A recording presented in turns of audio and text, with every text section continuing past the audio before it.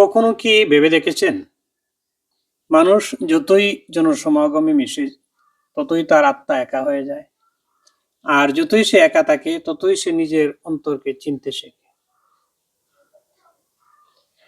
ইমাম ইবনে আল জাওজি রাহিমাহুল্লাহ বলেছেন, আমি এমন কিছু দেখিনি, এমন কিছু শুনিনি যা নির্জনতার মতো শান্তি, সম্মান ও মর্যাদা এনে দিতে পারে।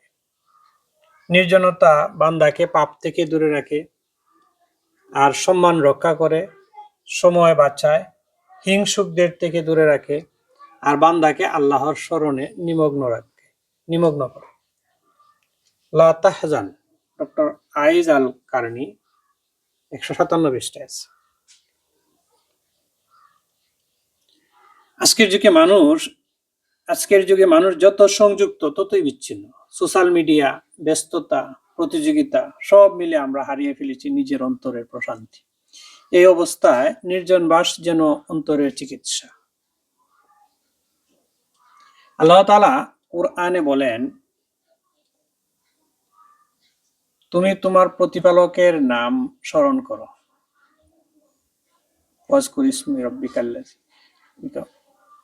তুমি তোমার প্রতিপালকের নাম স্মরণ করো এবং সম্পূর্ণভাবে তারই দিকে একাগ্র হও। সূরা আল মুজাম্মিল, আয়াত 8।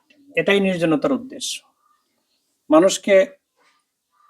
মানুষ থেকে নয়, বরং পাপ, অহংকার ও ব্যস্ততার দুনিয়া থেকে দূরে এনে আল্লাহর দিকে ফিরিয়ে দেওয়া।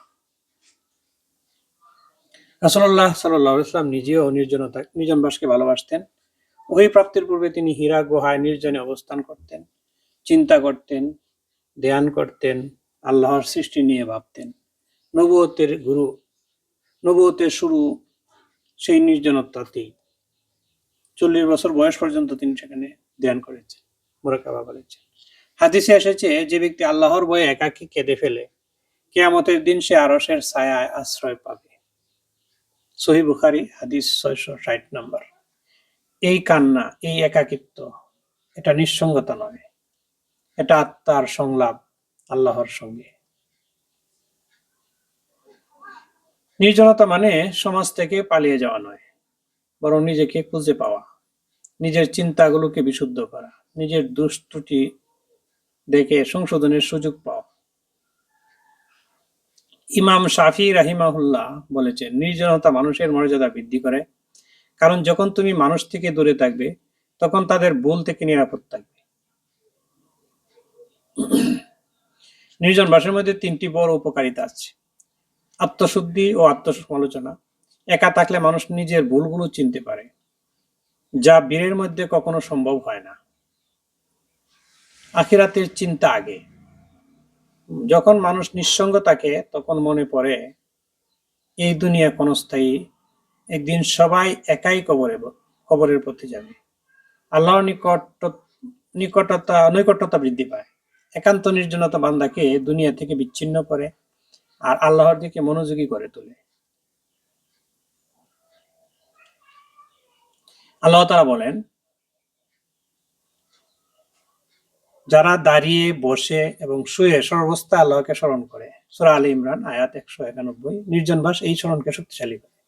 যখন মানুষ একা হয় তখন মুখে থাকে তসবিহ আর অন্তরে জ্বলে ওঠে নূরের আলো। তবে মনে রাখতে হবে, নির্জনতা যেন দায়িত্ব এড়িয়ে পালানোর অজুহাত না হয়, বরং এটি হোক চিন্তা, তাওবা ও আত্মার পুনর্গঠনের সময়, একান্ত নিজস্ব সময়। আজকের কোলাহলপূর্ণ দুনিয়ায় যদি কখনো ক্লান্ত মনে হয়, যদি নিজের আত্মাকে ভারী লাগে, তাহলে কিছু সময় নির্জনে থাকুন। মোবাইল বন্ধ করুন, দুনিয়ার আওয়াজ বন্ধ করুন, চোখ বন্ধ করে বলুন, হে আল্লাহ, আমি তোমার কাছে ফিরে এসেছি।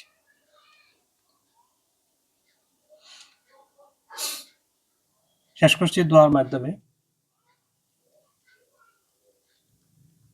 হে আল্লাহ, আমাদের নির্জনতা তোমারই স্মরণে পূর্ণ করো, আর একে করো তোমার নিকটত্বের মাধ্যম। নির্জনতা ভয় নয়, বরং প্রশান্তির পথ। যে নির্জনতায় আল্লাহর স্মরণ আছে, সেই একাকিত্বই প্রকৃত উৎস। প্রিয় দর্শক, আমিও একা একা থাকতে পছন্দ করি, ভালোবাসি। আমি এমনিতে স্টুডেন্ট লাইফে ইন্ট্রোভার্ট ছিলাম, কিন্তু আসলে আমরা সার্বক্ষণিক ইন্ট্রোভার্ট থাকাটা পজিটিভ না। সামাজিক হতে হবে, মানুষের সাথে মিশতে হবে, মানুষের খোঁজখবর নিতে হবে, সমাজের জন্য কাজ করতে হবে, কিন্তু নিজেকে গঠন করার জন্য। ওয়ার্কশপে গেলে যেমন সার্ভিসিং হয়, মানুষের নিজস্ব সার্ভিসিং এর জন্য একা প্রতি মাসে অন্তত একদিন নির্জন থাকা উত্তম। নিজেকে নিয়ে ভাবা, নিজেকে সময় দেওয়া, ধ্যান করা, মোরাকাবা করা, আত্ম উপলব্ধি করা, আত্মগঠন করা, এগুলোর জন্য নির্জনতা দরকার। সবাই সময় পেলেই নির্জন হবেন।